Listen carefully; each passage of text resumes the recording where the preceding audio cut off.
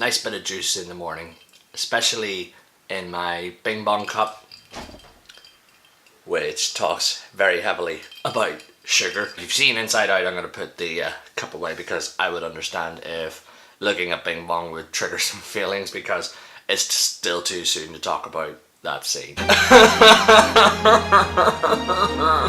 Take her to the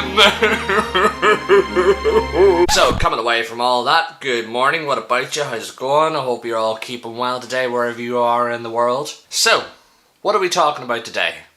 Oh yeah, we're going to go back to basics today, and I want to have a little run through at the different modals that are on your camera.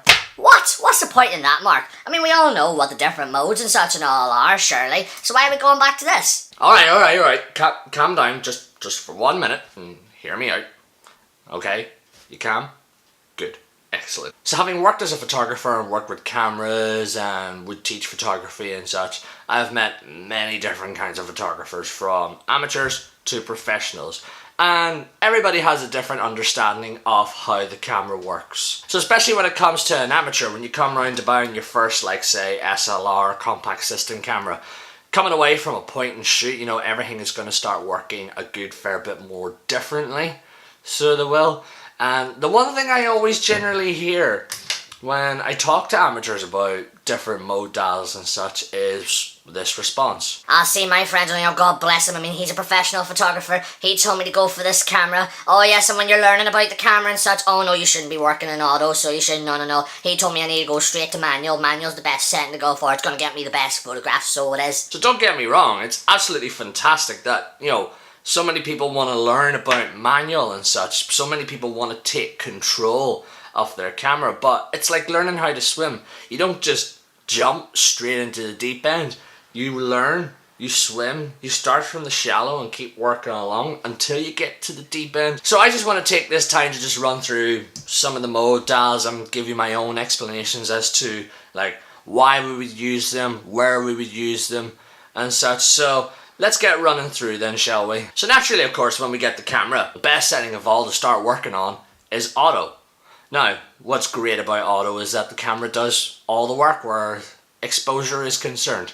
All we have to do is just bring the camera up, focus, and take a photograph. But as great as auto is on that sort of front, 9 times out of 10 it might not give us the type of photograph that we want, especially when we're starting to learn about exposure. So while it's generally like for a quick snap here and there, or times where you just can't be bothered working with manual settings, auto is generally pretty good to work with, but you're extremely limited. One of the main reasons why I would use auto is to get a reading on the camera as to what sort of an exposure it's getting, so it could give me the shutter and the aperture and such. And before I take my photograph, I'll take that reading, I'll maybe write it down or type it into my phone and change the camera to manual and start inputting all those different things in myself. So that way I have a baseline of what my exposure could look like, and then from there on in I could just go, okay, you know, maybe it looks a bit too underexposed to me, or it doesn't give me I'll fine tune it here and there till it gives me the photo that I want. Now next we're staying more into the automatic features, and I want to talk about some of the scenario modes.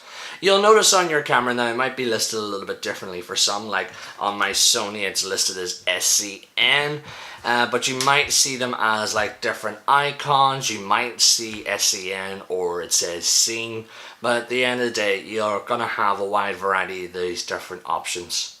So like I say, the camera is still working in auto here, but you're starting to be a little bit more bossy with what the type of photograph it's going to be. So the camera gets an exposure that's great for that photograph. When you pick up your camera and look at the modal, you might see icons like a face, a landscape, a flower, a person that looks like they're running. They're just associating the exposure to what the photograph is going to be of. So naturally, where things like macro or portrait photography is concerned, that's where it's going to keep everything nice and in focus. It's going to get an exposure, it's great for that, but completely blur out the background so you get all that bokeh effect. You gotta get that bokeh though. Gotta get that bokeh. Whereas things like the landscape mode is gonna try and bring in a lot more detail. It's gonna try and make a more shallower depth of field to help bring all those different things in. Sports mode, it's naturally of course going to freeze the action. So it utilizes what's known as a fast shutter speed. So that's how we can get, like, say, you know, guys running around, or motorcycles or cars or anything. Or on a smaller scale, if you've got kids, you like taking photographs of your kids, your grandkids or anything.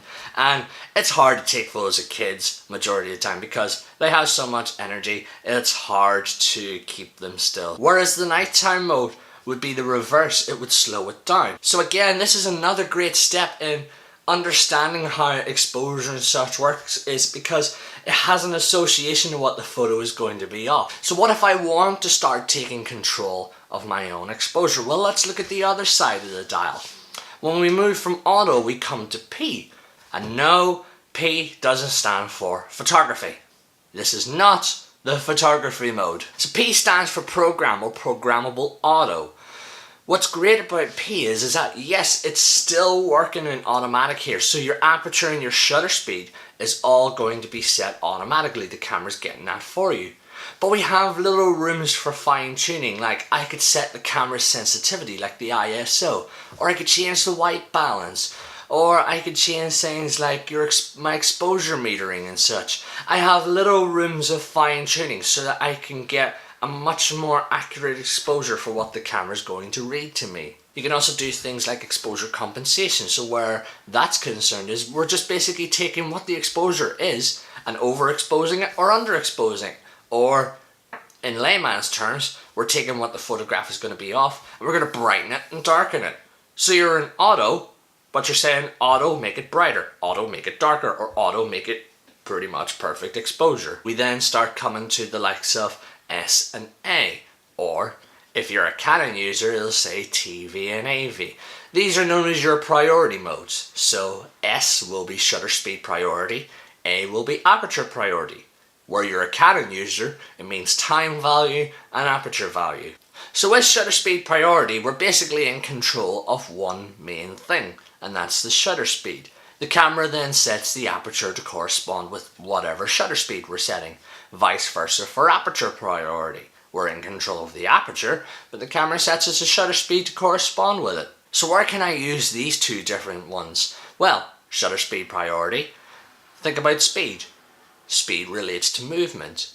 So I could then go, okay, I could maybe want, if something's moving quite fast, I would have like a fast shutter speed, or I could do a long exposure. I can keep my shutter speed going for a longer period of time. Aha! Now I can start associating them to the auto versions, which would be like the sports mode, the nightscapes and such. So this is basically a manual version of those two ones there, so we're starting to associate. Whereas with the aperture priority, we can use that for the likes of portraitures, where we can get those blurred out effects, where we have a smaller f number, wider aperture, or we can use it for landscapes where we can close the aperture, a larger f number to bring in a lot more detail. And again, this is associated with the different auto functionalities. So we have portrait mode, landscape, and even macro as well is included. I also like to note as well, where the aperture priority is concerned, yes, it says A, it does not stand for auto. I have seen so many people that have got the A mixed up with auto. Auto is generally colored. So like on my Sony, it is green. On my Canon, it's green. Some cameras might have it as red, like Panasonic.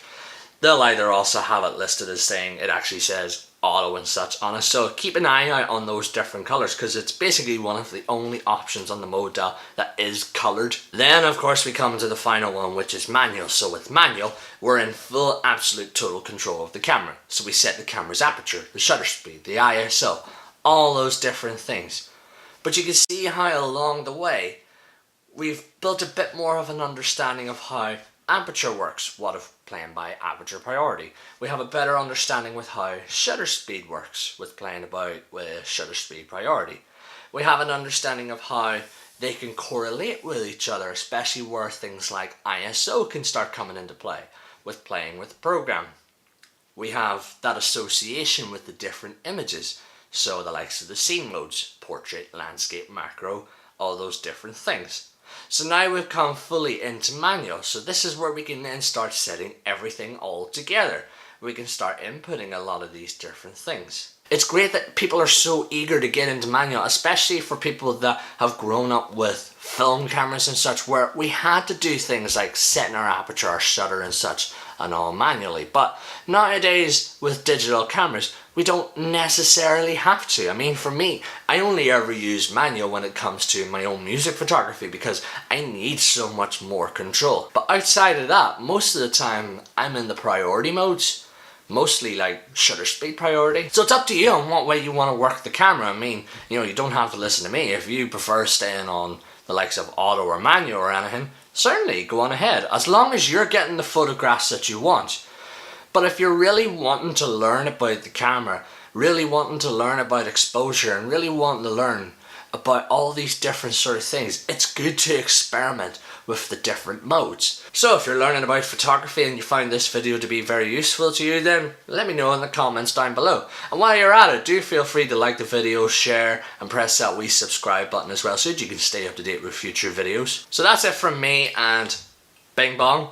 Until then, take care, and have a good one.